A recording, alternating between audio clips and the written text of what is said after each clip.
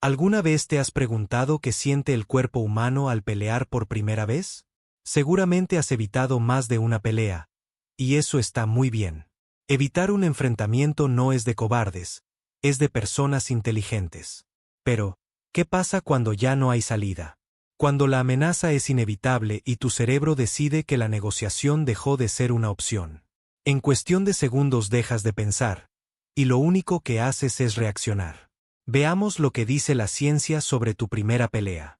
Imagina que estás tranquilo, hablando, caminando, viviendo tu día, y de repente algo cambia. No tienes claro qué ocurrió primero, si una mirada incómoda, un grito inesperado o un empujón que no viste venir. Pero tu cuerpo sí lo reconoce, porque el hipotálamo, esa diminuta estructura que organiza el caos en tu cerebro, envía señales que activan tu sistema de lucha. El corazón se acelera para bombear sangre a tus músculos, tus pupilas se dilatan para dejar pasar más luz y tu cuerpo entero se tensa preparándose para el siguiente movimiento. Todo con un único propósito: sobrevivir. En ese punto, la corteza prefrontal, donde habita la razón, comienza a apagarse poco a poco. Ya no estás para dilemas éticos ni cálculos lógicos. La amígdala, encargada de gestionar el miedo, toma el mando. Y junto a ella llegan la adrenalina y la noradrenalina, inundando tu organismo como si fueras el centro de una manifestación masiva. Entonces aparecen las sensaciones, un zumbido en los oídos, manos temblorosas y la pregunta inevitable: ¿puedo huir, hablar o simplemente desaparecer? A veces la respuesta es no. Y ahí estás, frente a alguien que vive exactamente lo mismo que tú, salvo que sea un peleador entrenado y acostumbrado a sentirlo. En ese instante, tu entorno se reduce. La multitud desaparece de tu percepción y solo quedas tú y esa persona delante. Es como si el mundo se encogiera, dejando fuera la lógica y quedándote únicamente con tu instinto y lo que recuerde tu memoria muscular.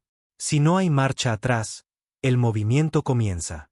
No sabes quién golpeó primero, solo percibes que todo ocurre rápido, confuso, y que tu cuerpo actúa sin pedir permiso. Si tienes entrenamiento, tu memoria muscular se activa. Si no, solo te queda el instinto, que es cualquier cosa menos elegante. Golpes torpes, desesperados, impulsados por descargas eléctricas de tus nervios mal dirigidos. Y la ciencia lo explica. Estudios de neuroimagen demuestran que, bajo estrés extremo, la corteza motora pierde control fino. Por eso pareces un espagueti tratando de boxear y no un héroe de película. Y si te golpean, el dolor no es lo que imaginabas. Algunos lo describen como una sensación fría recorriendo la piel, un eco apagado más que un dolor agudo. Pero en realidad, ese dolor aún no se registra. La adrenalina actúa como un analgésico natural, enmascarando la sensación hasta que pasa el efecto. Cuando todo termina, no hay gloria ni celebración. El cuerpo comienza a bajar la adrenalina, llegan los temblores en las manos, ahora sí, el dolor real. Con ello, la corteza prefrontal despierta otra vez y surgen las preguntas: ¿qué hice? ¿Qué le hice al otro? ¿Qué consecuencias tendrá esto? Aquí entra en juego el cortisol, la hormona que te ayudó a sobrevivir, pero que ahora pasa la factura en forma de ansiedad, inflamación e insomnio. Lo más duro no es el golpe físico, sino el impacto mental que viene después. Porque incluso si ganaste, la violencia no es una victoria real. Está comprobado, pelear cambia, marca y sacude tu vida.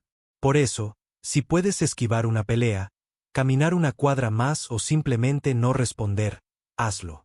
Porque aunque suene irónico, lo verdaderamente difícil no es pelear, sino no pelear. Y eso es lo que, en realidad, te hace más fuerte.